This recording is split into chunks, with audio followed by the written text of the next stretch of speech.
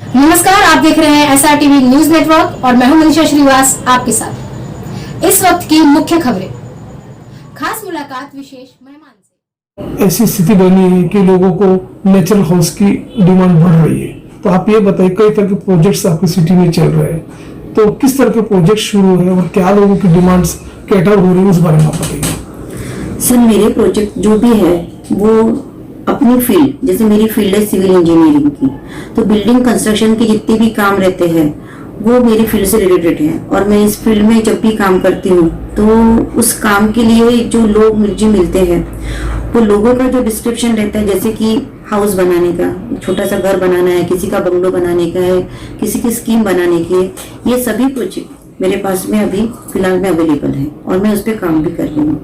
Ma'am, हम ये भी जानना चाहेंगे कि जो अभी हाउसिंग में जो सिनेरियो जो चल रहा है रियल एस्टेट में, मटेरियल्स की कॉस्ट दिन पे दिन बढ़ते जा रही है, फाइनेंस के प्रॉब्लम जनरेट हो रहे हैं, PMY की सब्सिडी बंद हो गई है, तो ऐसे में बायर्स का जो रुझान है किस तरह से प्रभावित हो रहा है, उस बारे में आप बताइए। सर, उनका जो रुझान है वो तो प्रभावित हो ही रहा है, क्योंकि जो लोन का कॉस्टिंग है दिन ब दिन बढ़ते जा रहा है, परंतु घर भी बनाना है, स्कीम भी बनाना है, लोगों को प्लॉट लेने से अच्छा तो उन लोग स्कीम में ज्यादा भी ये कर रहे हैं, क्योंकि उसमें जैसे उनको फाइनेंशियल जो प्रॉब्लम रहती है, जैसे बड़े बड़े बिल्डर्स हैं जो भी मेरे पास में मेरी फील्ड से जुड़े हुए हैं, उन सब का ऐसा है कि वो लोग हमेशा मेरे फील्ड से जुड़ने की वजह से वो इस फील्ड में जब आते हैं तो जो बायर्स है उनको जो भी कॉस्टिंग रहती है वो इजीली बायर्स लोगों को बिल्डर अवेलेबल करके देते हैं, और जिसकी वजह से वो प्रोजेक्ट जो कॉस्ट है जो ज्यादा रहती है वो कम में उनको पड़ जाती है। इस टाइप से उनकी जो भी है वो चलते रहता है।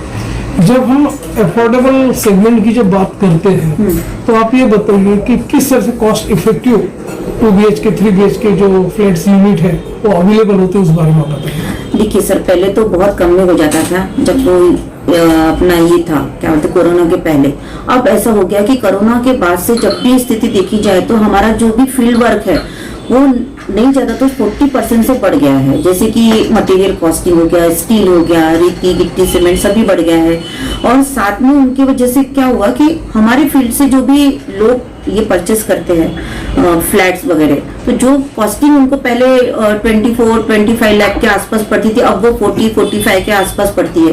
तो पर वो इसका एक और बेनिफिट ऐसा हो गया कि वो जैसे एरिया रहता है, जैसे समझ लीजिए आप मानेवाड़ा में स्कीम बना रहे हो या फिर आप इसमें स्कीम बना रहे हो दिगोरी में और बाटोड़ा में, तो हर इसमें जैसे कॉस्टिंग है उसका डिफरेंट अमाउंट का वो उनका कॉस्टिंग पड़ता है। तो जिन भी लोग जो हमारे पास में आते हैं बायर्स, तो हम लोग उनको जो भी कॉस्टिंग उनके हिसाब से जो बैठती है हम उनके हिसाब से उनको फ्लैट स्कीम अवेलेबल करके देते हैं।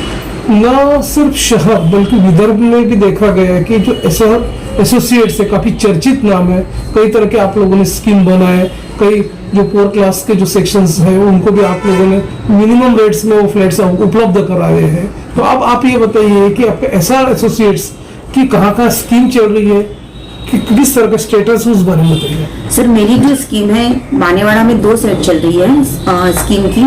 उसके बाद में मेरी वाली जो स्कीम है वो अपनी बाटोड़ा खरबी चौक के आसपास में जो घोरमारे सर है उनकी चल रही है। मानेवाड़ा में नरूले सर है, उनका गुरु मौली के नाम से एसोसिएट होता है। और उसके बाद में मेरा जो बाटोड़ा में ही आगे में चलता है जो प्रसाद बिल्डर है उनका भी चलता है।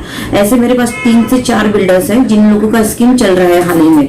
और उसके बाद में मेरा छत्रपति स्क्वायर की तरफ भी एक बिल्डर है जिनका काफी अच्छा है, प्राजक्त चौधरी करके, उनका भी बहुत अच्छे से चल रहा है। वो जो जितनी भी स्कीम चल रही है आज की तारीख में वो बहुत ही अच्छी तरह से चल रही है और उसका बहुत अच्छा बेनिफिट और रिजल्ट भी उन लोगों को मिल रहा है। शहर और विदर्भ के दर्शक स्मिता रोहतकर मैम, जो कि आप एसआर एसोसिएट्स के डायरेक्टर हो, आपको लाइव देख रहे हैं हमारे दर्शक, इवन आपके फर्म का एड्रेसेस और फोन नंबर हमारे स्क्रीन पे रोल आउट हो रहा है, उसे देख के आपसे जुड़ सकते हैं हमारे कस्टमर, और इवन वीडियो कॉल से भी संपर्क आपसे कर सकते हैं। तो रेवतकर मैम, आप चलते चलते हमारे दर्शकों को आप ये भी बताइए कि आज सबसे बड़ा मैटर होता है फाइनेंस का। काफी लोगों का कुछ सिविल्स में प्रॉब्लम आता है तो फाइनेंस नहीं होता, तो ये सारी जब वो फ्लैट्स परचेस करने जाते हैं तो ये सिविल भी एक मैटर रखता है। yes, तो ऐसे में ये लोगों को आप फाइनेंस किस तरह से अवेलेबिलिटी कराते हो, कैसा बैंकों से आपका टाई अप, उस बारे में बताइए। सर बैंकों से टाइप मेरे सभी बिल्डर्स लोगों का है और बहुत अच्छी अच्छी बैंकों से उनका टाइप है और वो उनको बराबर से हर चीज उनके जगह पे, उनके ऑफिस में, उनके घर पे अवेलेबल करके देते हैं। इस चीज के लिए तो मैं बहुत थैंकफुल हूँ मेरे सभी बिल्डर्स की, क्योंकि उनके कोई भी क्लाइंट की कोई शिकायत नहीं आती है। जैसे कि एसआर एसोसिएट जैसा आपका है, आप ये बताइए आपका किस तरह से वर्क कल्चर है। जैसे कि आप कई बिल्डर्स का काम भी लेते हो और आपके स्वयं की भी कुछ स्कीम है, तो आप ये बताइए कैसा कोऑर्डिनेशन होता है, उस बारे में बताइए। सर कोऑर्डिनेट तो बहुत अच्छे से हो जाता है। जैसे मेरा स्पेशलिटी इसमें है कि मैं जो है पहले से पिछले 23 ईयर से मैं जब काम कर रही हूँ, उसमें मेरा जो सैंक्शनिंग का बहुत बड़ा पार्ट है एनएमसी एनआईटी में से, और उसी सैंक्शनिंग के बेस पे हम लोग पूरी स्कीम सैंक्शन करके लाके देते हैं हमारे बिल्डर्स को। उसके बाद हम पूरा वर्कआउट चालू कर देते हैं। और जो मेरे छोटे जो प्रोजेक्ट चलते हैं, जैसे कि एक रेसिडेंशियल बनाना, G+1, 2, 3 जो भी बंगलोज है वो बनाना, वो सब चीजें जो घर मालों को लगती है, वो सब चीजें मेरे पास से अवेलेबल रहती है। तो जैसे ही मेरे पास में उनका सैंक्शनिंग हो जाता है तो मैं उनको एक एस्टीमेट वगैरह जो भी लगता है उनको बैंक से फाइनेंस होने के लिए वो सब अवेलेबल करके देती हूँ।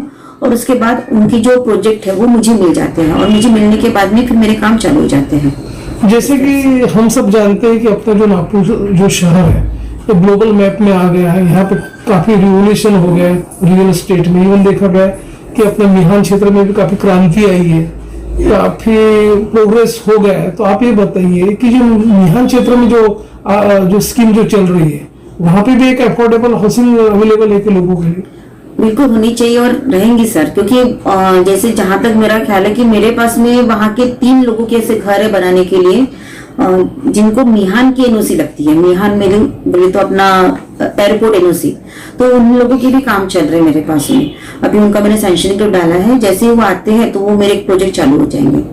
जैसे सीमा रेवतकर मैम, जैसे कि आपकी एक स्पेशलिटी है क्या, एज अ प्लानर हो, आप इंजीनियर हो, आर्किटेक्चर भी आप में है, इवन वास्तु कंसल्टेंट भी आप हो, तो ज्यादा से ज्यादा यहाँ के नागपुर के शहर के लोगों ने आपकी जो एसआर फर्म जो है उसका बेनिफिट्स उठाना चाहिए। तो ऐसे लोगों को आप क्या एक संदेश दोगे, क्या एक मैसेज दोगे? सर मैं तो चाहूंगी कि मेरे पास मैक्सिमम लोग आए और मेरे पास में जो नॉलेज है उस नॉलेज को मैं सभी में दूं, और जितना हो सके मैं जो भी मेरे प्लस में क्लाइंट्स आते हैं उन्हीं में मैक्सिमम से मैक्सिमम जितनी उनको अवेलेबिलिटी लगती है, या उनकी कुछ भी प्रॉब्लम हो वास्तु के अगेंस्ट में, या फिर उनको कंस्ट्रक्शन में कई प्रॉब्लम आ रही है, या फिर उनको ऐसा लग रहा है कि हमारा घर ये बजट से ये बजट में बन जाना चाहिए, तो मैं उनको पूरी तरह से सलाह भी देती हूँ और उनका काम करके भी देती हूँ।